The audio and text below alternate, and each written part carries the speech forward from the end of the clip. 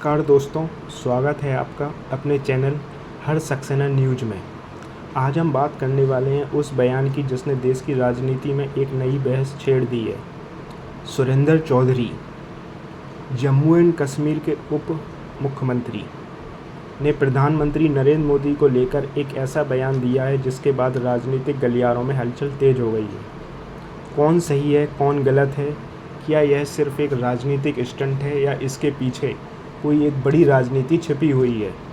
आज के इस वीडियो में हम पूरे मुद्दे को विस्तार से समझेंगे।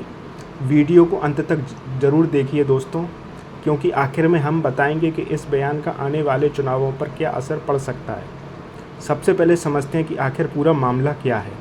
हाल ही में सुरेंद्र चौधरी ने एक सार्वजनिक कार्यक्रम में प्रधानमंत्री नरेंद्र मोदी और उनकी नीतियों को लेकर तीखा हमला बोला। उनके बयान के बाद सोशल मीडिया पर बहस शुरू हो गई। कुछ लोगों ने कहा कि लोकतंत्र में विपक्ष की आवाज़ है, वहीं बीजेपी समर्थकों ने इसे सिर्फ राजनीतिक ड्रामा बताया। अब सवाल यह उठता है कि आखिर ऐसा बयान क्यों दिया गया है। राजनीति में बयान सिर्फ शब्द नहीं होते, हर बयान के पीछे एक रणनीति छुपी होती है। जब चुनाव नज़दीक आते हैं तब नेताओं की भाषा और भी ज़्यादा आक्रामक हो जाती है। यही वजह है कि इस बयान को सिर्फ एक सामान्य टिप्पणी की तरह नहीं माना जा रहा है। अब बात करते हैं बीजेपी की प्रतिक्रिया की। बीजेपी नेताओं ने तुरंत पलटवार किया। उन्होंने कहा कि प्रधानमंत्री नरेंद्र मोदी पर हमला करना सिर्फ राजनीतिक लोकप्रियता हासिल करने की एक कोशिश है।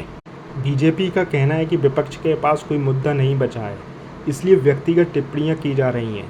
दोस्तों, अगर हम पिछले कुछ वर्षों की राजनीति देखें तो एक चीज़ साफ दिखाई देती है कि प्रधानमंत्री नरेंद्र मोदी भारतीय राजनीति का सबसे बड़ा चेहरा बन चुके हैं।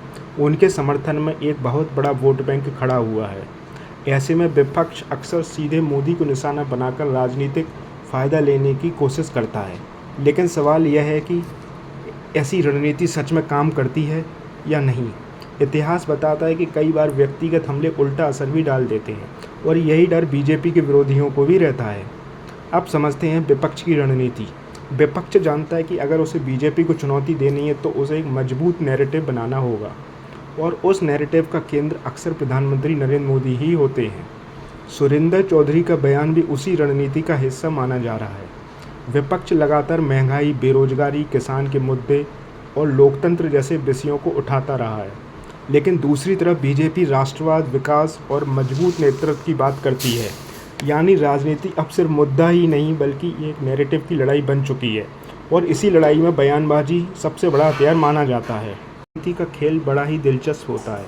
अगर कोई बयान जनता की भावनाओं को प्रभावित करता है तो उसका सीधा असर चुनाव में दिखाई देता है।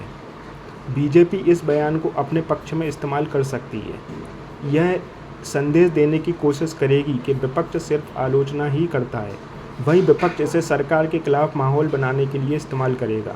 लेकिन असली फैसला जनता के हाथों में है। जनता सिर्फ बयान नहीं देखती, वह काम, विकास और नेतृत्व भी देखती है। दोस्तों, आज के वीडियो में हमने आपको विस्तार से समझाया कि सुरेंद्र चौधरी के बयान पर इतना बड़ा विवाद क्यों खड़ा हुआ है। अब आपकी क्या राय है, या क्या यह सिर्फ एक राजनीति का स्टंट है, या फिर सच में देश की राजनीति में बड़ा बदलाव देखने को मिल रहा है। आप अपनी राय नीचे कमेंट में ज़रूर बताइए। ऐसी वीडियो के लिए हमारे साथ जुड़े रहिए। तब तक अपना ध्यान रखिए दोस्तों। धन्यवाद।